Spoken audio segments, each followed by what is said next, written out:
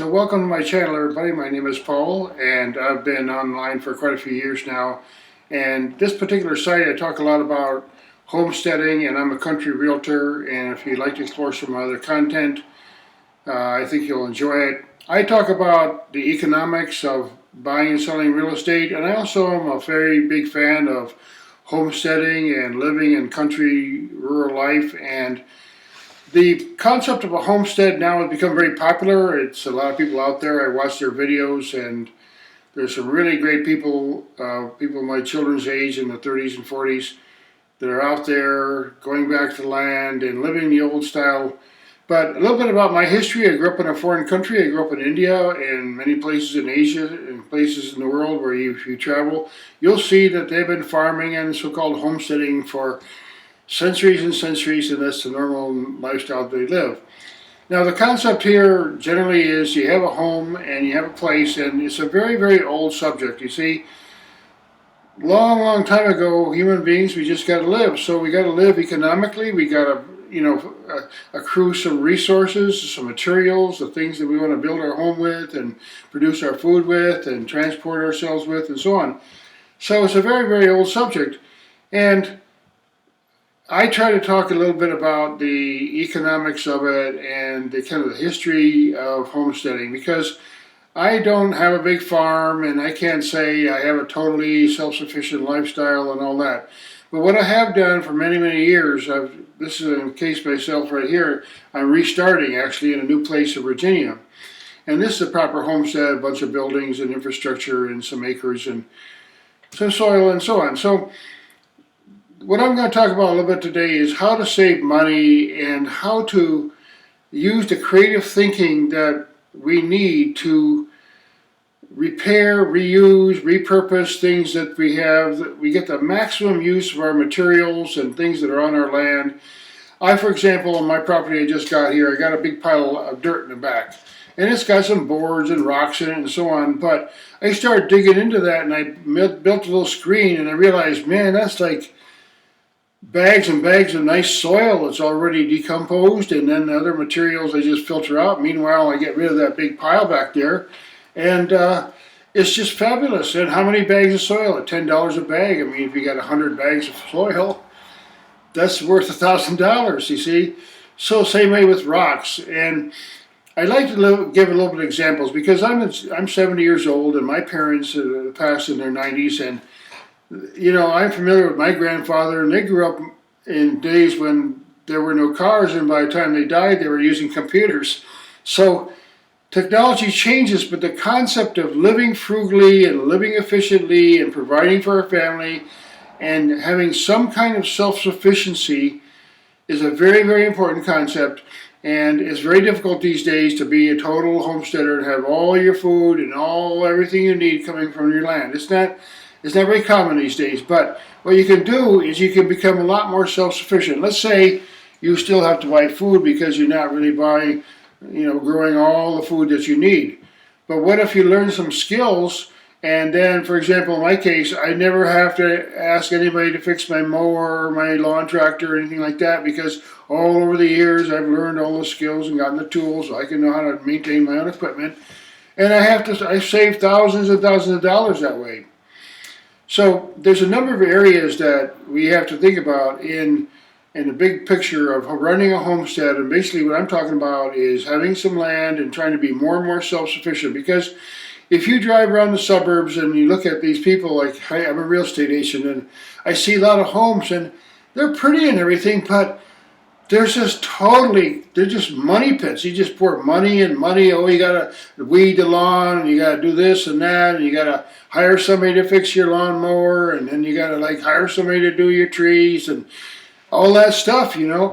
Thousands and thousands of dollars people spend on just maintaining their property, the look of the property. So you can be out there chasing a big bucks and making a lot of money, but then you turn around and you spend $30,000 just maintaining your household. You see? So in the old style of living, and basically down-to-earth, practical, common-sense living that human beings need to do in their lives, is be as self-sufficient as possible. Fix things, reuse things, repurpose things, build things, know how to, if you have animals, know how to take care of them, the knowledge that you have. So I have a little list here. I try to follow some kind of a protocol that I do with these videos and not make them too long. But, you know, self-sufficiency is an old need, and if you look around the world, like I said, there's people in the world that live very, very close to the land, and every day they're producing food. And, you know, here we are in America, in the Western world, and people live their very luxurious lives, and they're depending so much on somebody who's farming rice that are thousands of miles away. You see, it's a dangerous situation in one sense, because civilization depends on us to be resourceful and get as much from our local needs and not be too greedy and everything. Because when people, for example, I'm a realtor again, you know, you see these developments. I've done aerial photography, for example, and you see like bring these big bulldozers and these big huge machines and just clear out all the land. They rip off all the topsoil. They just build a bunch of new foundations, and then after all that's done, they put in the septic system and everything. They got no topsoil. They got like all this drainage ditches everywhere, and they got these curbs and different kinds of streets and everything, and they got to manage the water flow on those streets and everything. It's just extremely complicated, some of these developments. And what do you get? Then there's rules about how much you can't have any chickens, or you can't have any pigs, and you can have a little pretty little yard that costs you a lot of money to maintain and everything, but that's about it. But I live in rural Virginia, and I encourage people to listen to this. You know, young people especially have children and grandchildren, and part of the reason I'm into this because I was involved years and years ago before 2012 and before 9/11, all that stuff happened. I mean, there's so many things that you get. The picture is live as self-sufficiently as you can. That's all, and live simply. And buying used things. Okay, there's a few categories, like I said, we really need to get involved in when we think about self-sufficiency. The knowledge that you have. You can go all kinds of state and local resources and find out how do you fix things, how do you maintain things. For example, on my property here, there's a big huge wood furnace, and it's connected to the house, and it can power and heat a greenhouse. Okay, well, that's a really big asset. Now I got to learn how to run that sucker, you know, and get the maximum use of it. The guy who had this property before, he used to smoke meat and so on. Like, maybe I can learn how to do that. He was making a living here doing that. You see, so you maximize the property and get multiple sources of income, and also reduce your need for income. Because let's say, for example, you could reduce your food bill by 30%. Let's say you have like $500 a month for a tiny family or whatever, a couple people, and they're paying $500 a month in food. Okay, if you reduce that to $350, now you got a lot of extra money during the year, and you can buy some equipment to save some money on something else, or install a backup solar system, or buy some used tools. So you have knowledge, and then you have the tools. You have all the old farmers in the old days. They know how to fix their tractors. They know how to put in a fence post. They know how to hook up the barbed wire. They know how to get a light bulb installed and run some wire. And they know all the basic stuff of how their property works, you see. So if you are a young person or any person out there, or you own a home, learn as much as you possibly can of how your house works. How does the water heater works? What do you do if the water heater goes bad? Can you fix an element, or can you fix it partly, or do you have to buy something new? You see, so you have to think creatively when you live in a country and want to be more self-sufficient. So the knowledge that we need and the tools that we need, and then there's creativity, using our imagination. If you go to some of these countries up in the hill stations of India, man, they'll make you a pair of shoes. You see, they don't order from Amazon. There's a whole different concept. Okay, if you need a ball bearing, or if you need something, or if you need a battery fixed or repaired while you are up in the mountains somewhere, well, there might be some mechanic. They're not going to send it away and wait 2 weeks for some truck to finally come up there in the mountains. What they do, sometimes they just restore the batteries. They pour all the acid out, pour some new acid in, they clean it all up, and they do it all by hand, and they totally regenerate your battery and come back in a few hours, you see. So it's a crazy kind of thinking, like if you have a tin can, you can make a cup out of it. Or you can, if you have an old bottle, you can store some beans, you can store some seeds in it. You can use the materials that are around your property and the waste materials. There's all kinds of canisters and containers and boxes and things. You can use them for planting vegetables or all kinds of stuff. So I encourage people to go to yard sales and buy used things and buy repurposed things and find other uses for things, because if you ever go to a landfill in any country, any county in America, you go, it'll shock you. You spend a day there and you see all the stuff come in, like big, huge piles of big trucks. They just stack it in these big bins and they just crush it down no matter what it is. They stick it all in there and smash it over with some tons of dirt, and that's the way they make hills. They make big hills and recreation centers out of these old landfills. You see, it's scary what we throw away. And if you go out in the countryside, you'll drive by some of these areas, you'll see a whole tractor or old combine or something sitting in the field, and it's going to stay there for 30, 40, 50, 60, 100 years. It'll never rust. They're never going to take it to a crusher. It's just going to sit there for a long, long, long time. You see?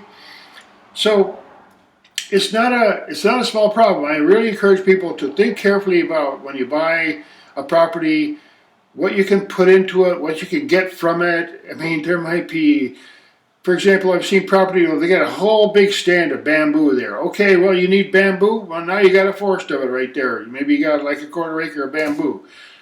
Wow, okay, you can do something with that, you know? So there's all kinds of stuff that you can look around in a property and say, well, maybe you got like, maybe it's easier for you to build a pond, or maybe you got like a well on your property like I do, where you have a spike well or something that just goes down 30 feet. Or maybe you have a stream, or maybe you have a beautiful area where the butterflies and the bees can come, and maybe you had a place where it attracts fish, or like a little pond or something, and frogs. And you build your property to attract wildlife, because in the old days, we don't want to think about this these days, but in the old days here in Virginia, I mean, that's what people did. Hey, Mom, I'm going out to get some food today. When I get my shotgun and my rifle, hope I get something, and if I have to be gone a couple of days, I'll see you, wish me luck, That's the way they did things back in the old days. And what I suggest people is to get, I really foresee some dangerous times coming on. It's just difficult times, okay? Many people in the world already live in very difficult times, okay? If you're lucky and you're listening to this and you're enjoying a beautiful life in a nice suburb or out in the countryside of Virginia like I am here, wow, just be very grateful, because there are people in the world who just beg and where I live right now, there's multiple structures, and there's 3.5 acres, and there's 2 residences, and there's like a barn and all. I mean, 150 people could live here. A little village could be on this little property in some areas of the world, at least maybe a couple of dozen.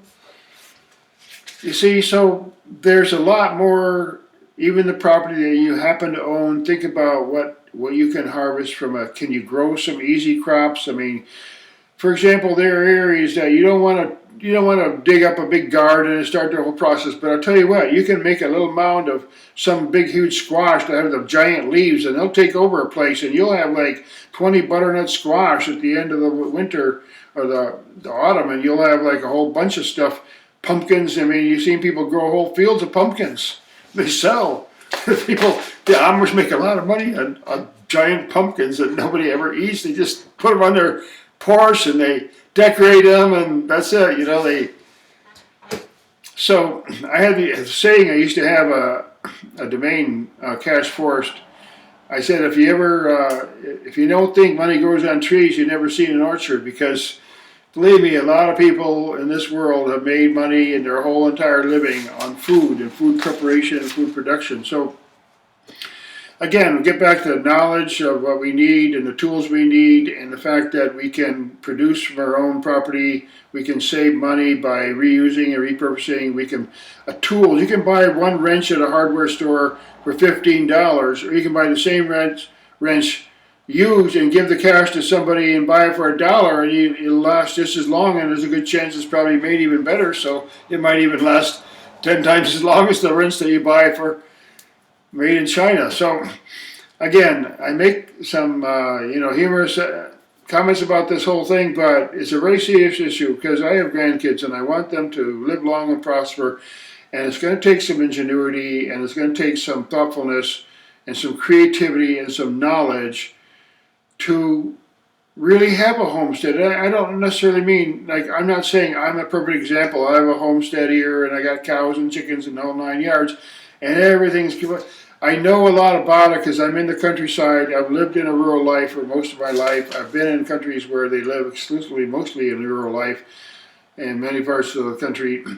So it's an old lifestyle, and in my old age, I'm 70 years old, and here I am, being outdoors and planting seeds and stuff. So I hope people benefit from my website and from my YouTube videos. Please like and share. And I have a lot of different content here that people can use and benefit from. I'm not an expert in a particular area, but I'm an information resource. I share content and share ideas, and I love to see other people's content. So thanks again for listening, and I hope to see you in some of my other videos.